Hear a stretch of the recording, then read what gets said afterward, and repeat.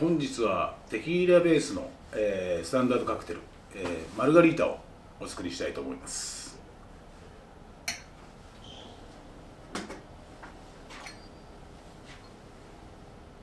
はい、どうぞ。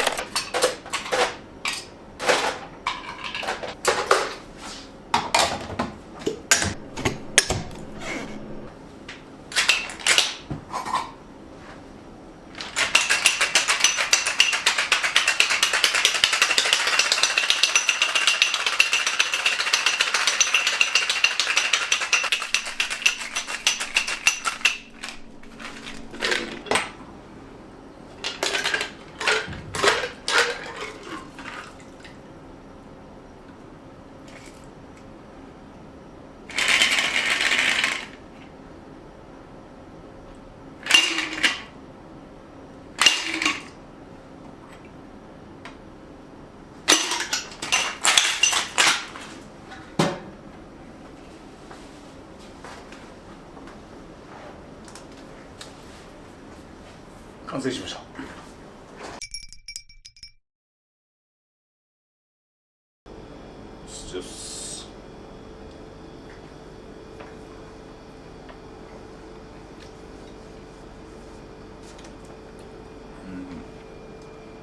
美味しいね。やっぱちょっとこれ暑い日に飲みたいね。このお塩、そしてテキーラ、ライム、レモン、コアントロみたいな、こう寒い冬にこうバーに入って温まって飲むっていうよりは、外でちょっと飲んでみたいなっていうような、爽やかだねやっぱり。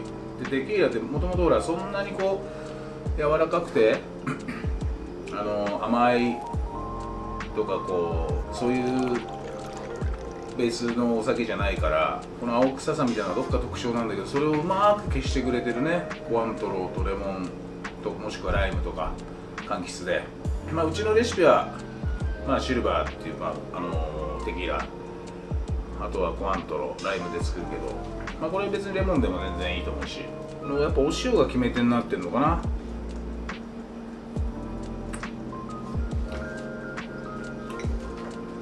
なんかテキーラを使ってる割にはもう上品な仕上がりっていうか、やっぱこのお塩があることによって、このテキーラとこの柑橘のうまさをよーくつないでくれてるような、そんなイメージのカクテルがね。テキーラっていうのはどういうお酒というか。テキーラっていうのはメキシコのお酒なんだけど、要は植物リュウゼツランって言ってさ、こうアガベっていうこうサボテン科の一種みたいなあれだと思うんだけど、大きいやつですよね。そうそうそう、なんかスコップみたいなんでザクッとこう刈り取るみたいな。でそれ、植物だからどっちかっていうとこう果実味のあるお酒でもないし、癖の強いイメージの苦手な人も多いんじゃないかな。だからなんかこれが好きだっていう人もいるけど、まあテキーラもピンからキリまでっていうかさ、意外とこう高級なテキーラもあるし、まあ本当安くて雑多な酒のイメージだったけど、高級な2万3万みたいなのもあるからさ、テキーラがこう有名になったカクテルの一つっていうかね、テキーラベース、マルガリータ、テキーラ、そうだね、もうこの2つはやっぱり有名になったっていうのは、このマルガリータも有名だし、テキーラもそれで有名になったみたいなのもあると思うよ。なるほど。このマルガリータ、派生の他のカクテルは何かあったりするんですか？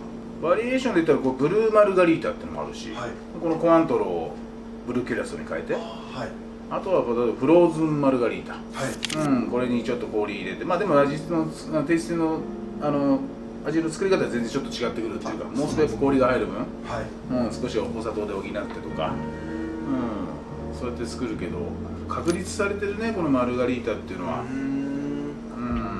っぱこのお塩がついててっていうのは結構カクテルの中でも有名なカクテルの一つじゃないかな。よく聞きます。このグラスの縁にお塩がついてたりすることをスノースタイルっていうそうだね聞くことなんですけど、これはどういう意味なんですか？これはまあ要は見た目だよね。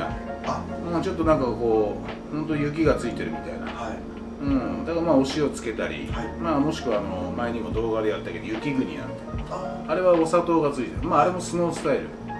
まあお店によってはこの他の少しトマトジュースと合わせるんだったら少しこうスパイスがついてたりとか、でもそれも全部スノースタイルって、まあ要はちょっとグラスのエッジ縁にこう何かつけてるっていうかね、お砂糖、塩もしくは、まあちょっとスパイスとかね。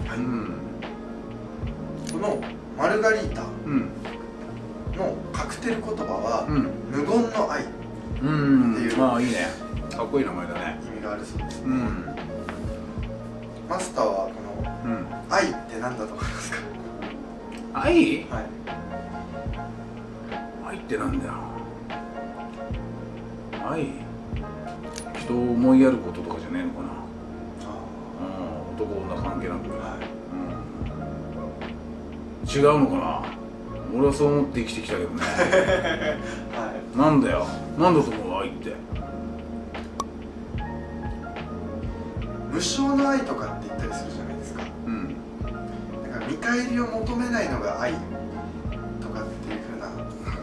そんなことねえだろ。見返り求める愛もあるんじゃねえか。そっか。そうですか。だってあの人に好きだって言ってほしいっていう見返りの愛もあるわけだろ。なんかその人に一方通行の愛じゃ嫌なわけだろ。そうですよね。なんだ、愛って深いね。深いです。自分から注ぐものじゃないかな。人からもらうものじゃないんじゃないか、愛ってのは。多分そういうことだろ。いいこと言ったろ。今いいこと言いました。ドキッとしたろ今。気づいた、いろいろなことに。そういうものじゃねえかな。マルガリータからその愛について話すとは思わなかったね。愛情たっぷりで作るってことだろ、俺は。だからこれを。そうですね。しょっぱいね。しょっぱい愛だね。美味しいカクテルだね。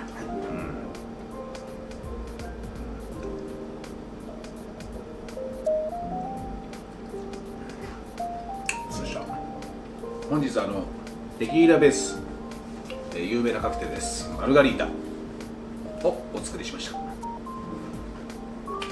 ご視聴ありがとうございます。